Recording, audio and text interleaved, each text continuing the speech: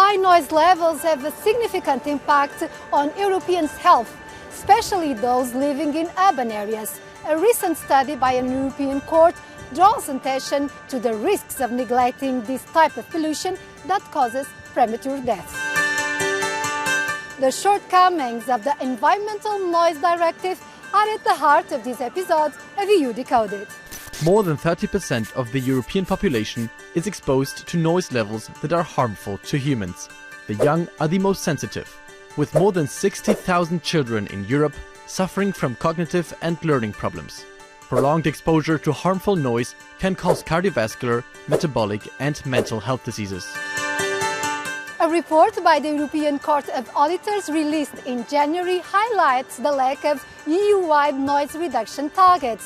It also points out that many countries have lax monitoring. We took some soundings on the issue from European streets.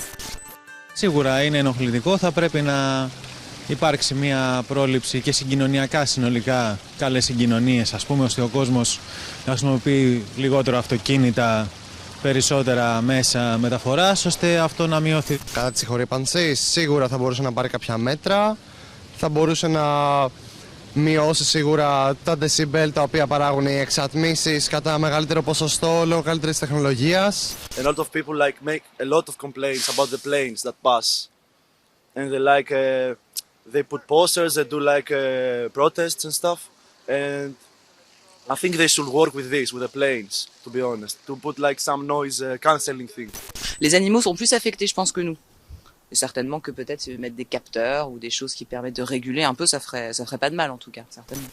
Quand je me réveille le matin, sous le bruit des klaxons dans ma rue, c'est des choses qui peuvent influer sur mon moral durant la journée, et sur ma vie à long terme.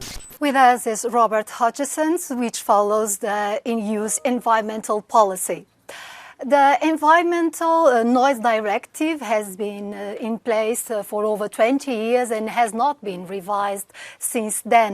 Has this led to inaction from many member states on this issue? The reason for inaction from member states might be more to do with the fact that there are no binding targets in the directive. So member states are required to produce plans, they're required to monitor the level of noise in the busier parts of their road network and in cities. But beyond that, reporting that to the Commission, they don't actually have to do anything from an EU perspective. So the result has been we found governments have been reluctant even to produce these noise maps on time. So there have been a number of cases where the Commission's been forced to take countries to court or threaten legal action.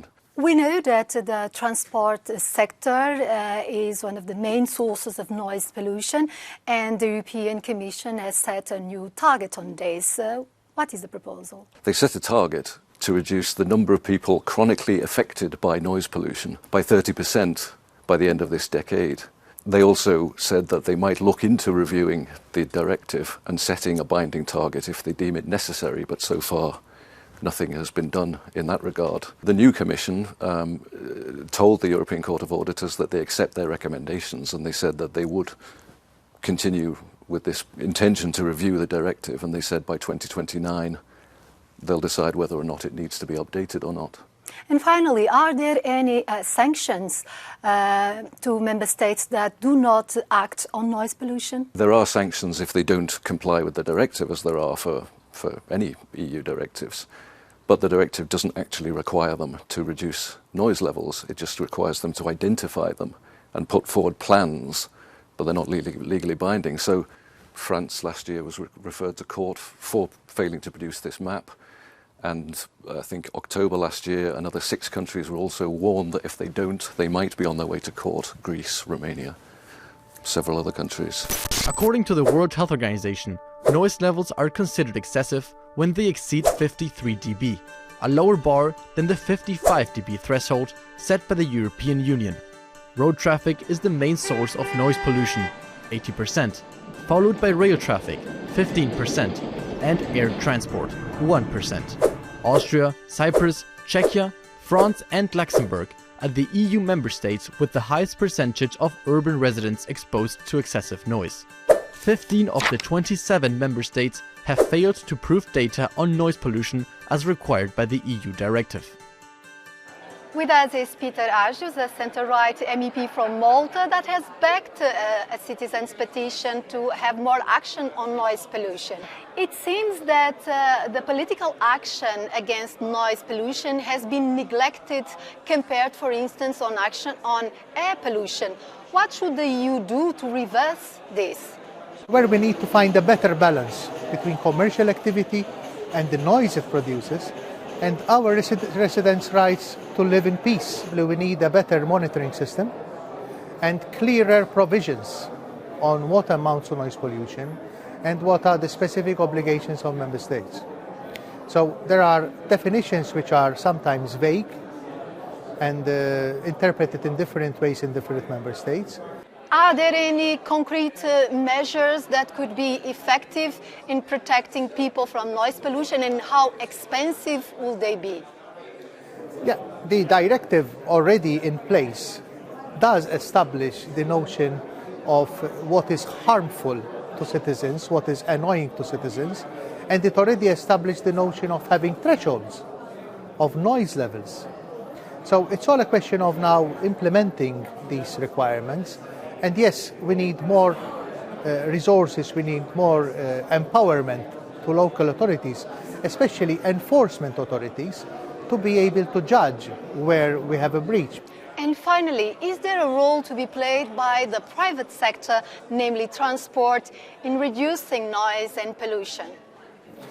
Absolutely. I think it is part of our drive for corporate social responsibility, especially for bigger companies, because we need to be reasonable, okay? When it comes to SMEs, family enterprises, there's so much you can do. But if you are a bigger company, yes, I think it is something nice to invest and to try to reduce noise pollution. But also from a public policy perspective, we must encourage, we must empower private undertakings to be able to take more initiatives in this regard. Noise pollution also has serious impacts in biodiversity and ecosystems, but clear guidelines are lacking, says the European Court of Auditors. This is yet another flaw on the EU's plan to hit the zero pollution target by 2030. Experts warn that without more ambitious measures, the number of people that will suffer from noise pollution could even increase.